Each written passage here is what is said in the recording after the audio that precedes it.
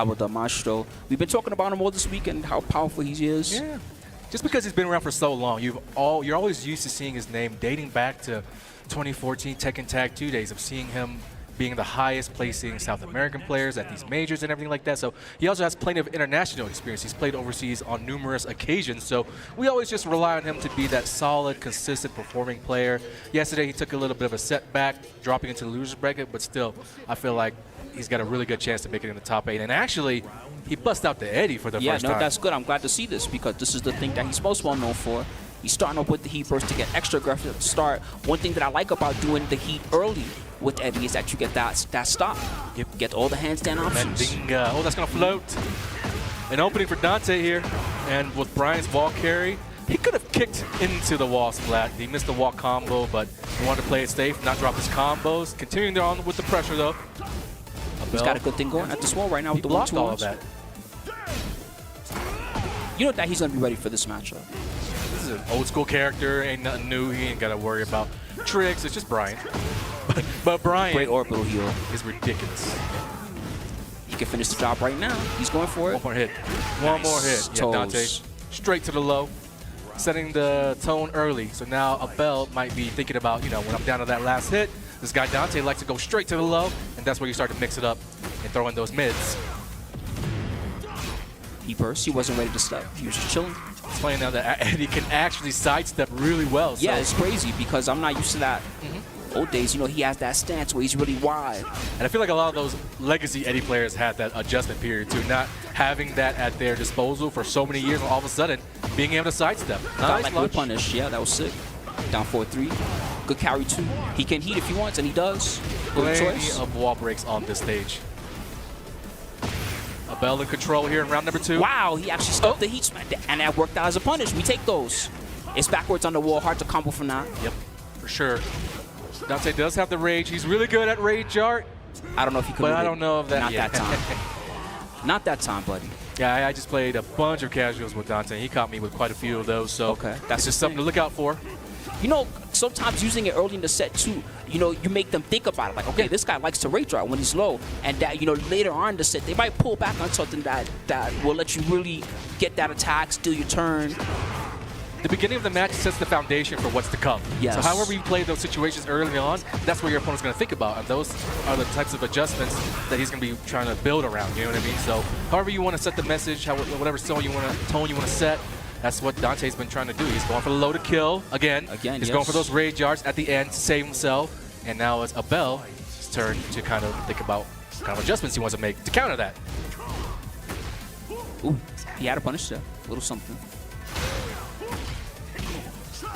He's playing real, I don't know how to describe it, he's playing real like passive. Mostly like small pokes. He's not really trying to ham it up in the RLX or the handstand or anything like that. And that's making things a little bit easier for Dante. You know, as a Brian player, when things are stable, you know, that's easy for you. When the other guys are getting a little bit nutty, that's much scarier. That's kind of like playing into Brian's hand a little bit. You know, Brian plays that solid poke style, you know, frame traps. And when you watch a lot of the successful Eddie players, they're just going in. Dash low, dash low. Eddie's got a lot of those lows now to get in position. And so Abel, if he ever needs to fight damage, he should start looking to take more risks. Great conversion. 91 damage. Points. Heck yeah. And I was just trying to figure out how to get up safely. 7 seconds remain. 1-4 to close things out. That time around playing it a little bit more safe. He was fishing a lot with the down 4-1, so showing a lot of variety in his game, and that was a pretty convincing game number 1. And now we might be understanding a little bit of why Abel hasn't been playing much Eddie this weekend. Just not comfortable, I guess. Maybe. That was interesting, that's for sure. I do like what Dante's doing, if anything. It's not just about his level 0 is really good, like level 1. You know, some guys wouldn't risk going for, okay, I'm playing against Abel. I'm not going to go for a low to finish the round. This guy's willing to go for his down 4s and his hatches just to finish the job. His down 4-1 series is good. The back 1 counter hit was perfect there. He's doing kind of everything right, and he's sticking to the basic top 10 Brian moves. He doesn't really need to move too far outside that right now.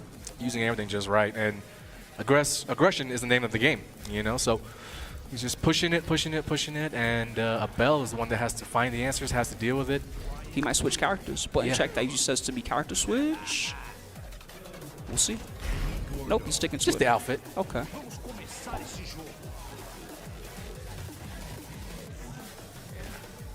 I don't know. I mean, Abel was playing it very, very patient, like you said. And that's kind of how he was playing Eddie throughout, the previous Tekkens. But now he's got a lot of tools. Mandinga, especially Season 2 receiving the upgrade, he's got a lot more chances to get that level 2, where the mix-up on the handstand becomes ridiculous. But so far, it's been a non-factor. True.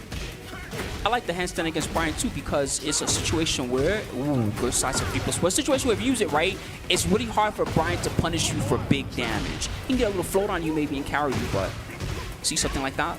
A little sloppy on the wall combo. Dante capitalizing. Got himself out of a bad spot. Breaks glass. I think Dante was going for a mock breaker from Snake. Sorry, Snake Eyes there. Okay, counter hit. All going to be guaranteed. I'm back 1-4, 1 hit left, but it's a big counter hit. Low. Blocked it down back 2. Got him with the back 1. Now he's in control. Looking for some type of taunt. Scary here. Oh, nice duck. Wow, we take those. Abel. That was great. Yeah, he was able to duck the quarter circle back 1, stand up, and then still catch some punishes on those quick 1-2 jabs. All right, there's some risk taking. Yeah, he's got to open up for sure, I think.